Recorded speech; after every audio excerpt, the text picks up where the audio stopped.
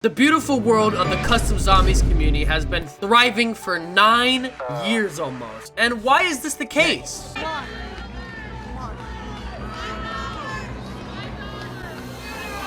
I like my cheese drip.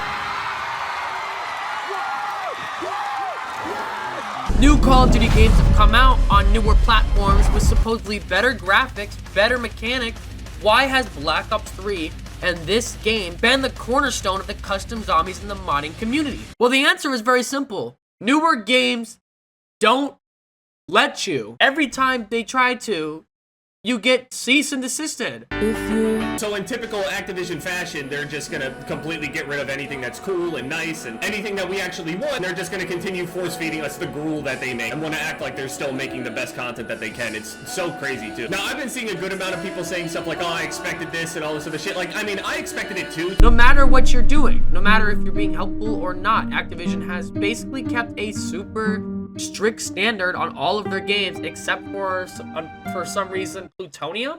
But I'm not complaining. Activision, keep that one up. So just one simple feature, which you know does take a lot of time to work into, which is modding through Steam, which many games do, and all those other games that have done it well have been super successful and long living for many years as well, just like Black Ops 3 has done. Just one simple system like that has kept Black Ops 3 at least undead, not completely on the ground dying for the past 9 years. So how important is a feature like that if it's introduced in the new game? Well, it could change the course of zombies history.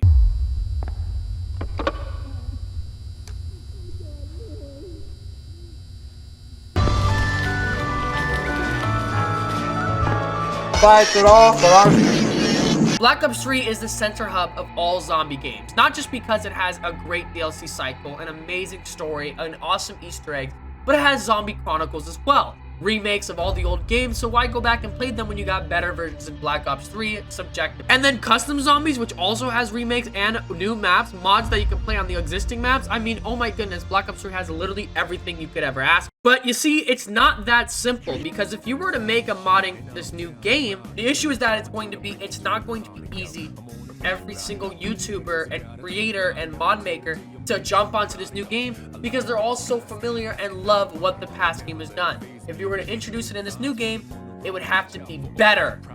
And that's very difficult to do. Fortunately, where many zombie YouTubers really hold their grasp of their content within Black Ops 3 Custom Zombies, really live on the idea of the workshop, new zombie maps coming out every day, whether they're big, massive, serious maps, or just fun little challenge maps, or just simple mod. It's very easy to throw a thumbnail together and make a YouTube video and get 1 million views when you have new things coming every single week. So if you want to do the same thing with the modding in Black Ops 6, you're going to have to make it not just the same as Black Ops 3's workshop, but make it better so that people have an incentive to come to the new game, not just for the new graphics. And this modding is just an example centered around the entire idea that constantly changing and constantly updating is the secret to success in modern gaming. Fortnite is the biggest example of this. That game would have weekly updates adding in a gun, a skin, a pickaxe, a new location, a map, whatever it is, small or big, that game constantly had brand new things coming out. And then there's other games where they have the user base come out with constantly brand new things. Think of Minecraft, think of Black Ops 3, GTA. All these games have stayed relevant for so long because of the community themselves releasing new content for the studio. The studios are saying, hey, we love what you're doing. Let's throw money at you and you can do the work for us. Look at Five Nights at Freddy's. But if Black Ops Zombies wants to do the same, why doesn't Treyarch let the community build their own works? We see this in Black Ops 3 and it's super successful. So why don't we have constant changing throughout the new game? I'm not saying for Black Ops 6 Zombies to release a new map every single week. That's obviously unrealistic. But after launch, let's have a brand new gun week 2. Let's have a new knife week 3. Let's have a new challenge, maybe a new Easter egg week 4. Let's have a new unlockable thing week 5. These don't have to be very big things. They just have to be things that keep you engaged throughout the entire year when a new map is announced so that you can constantly keep playing and not have these super big dead periods between your releases.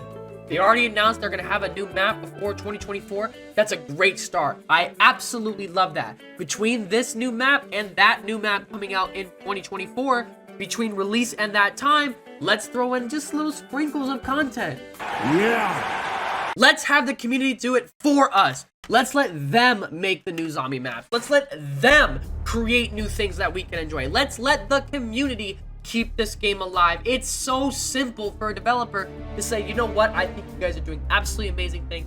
Let's give you the power to do it. You don't have to give it to everybody if you really are that worried about it. Give it to the trusted people that make games, right? You see, let's use FNAF for example. FNAF releases a game every year. Every 2 years they release a new game. Could be something big like Security Breach. Could be something just a side mode. Maybe a VR game. Maybe a new book series. FNAF is always changing, and we know that that whole universe is convoluted, although it is exciting and interesting. The thing about FNAF, though, is Scott Coughlin and the entire team at Steelwool like to give the community opportunity to make new games. Think of Joy of Creation, JR Juniors. There are other FNAF games that aren't even related whatsoever to that main universe, but the community has made them so, and they've been able to be funded by Steelwool to create content for their other community. Steelwool is a much smaller company than Activision. Way smaller, way less funding. You're telling me that Activision can't give funding to these other small community creators, allow them to create not just massive Leviathan-style maps, but also smaller maps as long as that's got the quality with it, and then produce those together. This is a world that is constantly changing. New things are coming up every single day. Attention spans are getting increasingly smaller.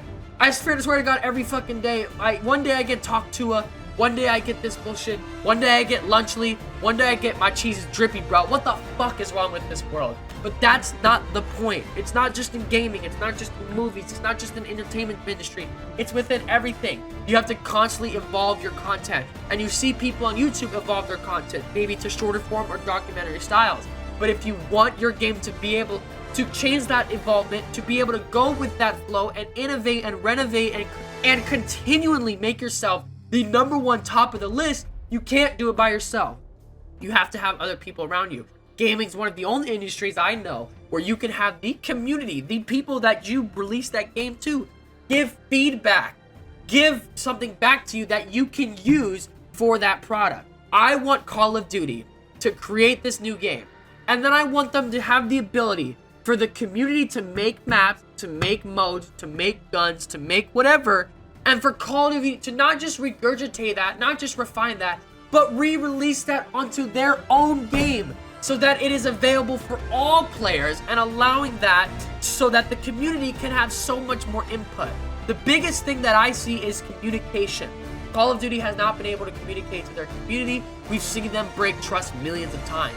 But if they want to have that communication and they want to keep their game alive after just 1 year life cycle, and between those dead breaks of DLC map releases, let your community build with you. Let your community give back what you've given them.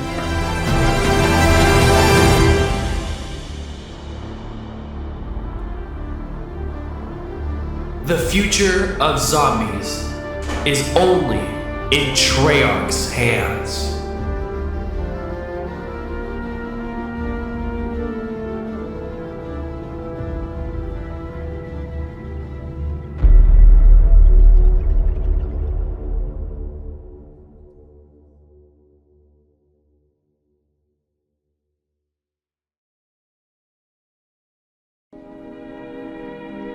And now, folks, it's time to say goodnight. We sincerely appreciate your patronage and hope we've succeeded in bringing you an enjoyable evening of entertainment. Please drive home carefully and come back again soon. Good night.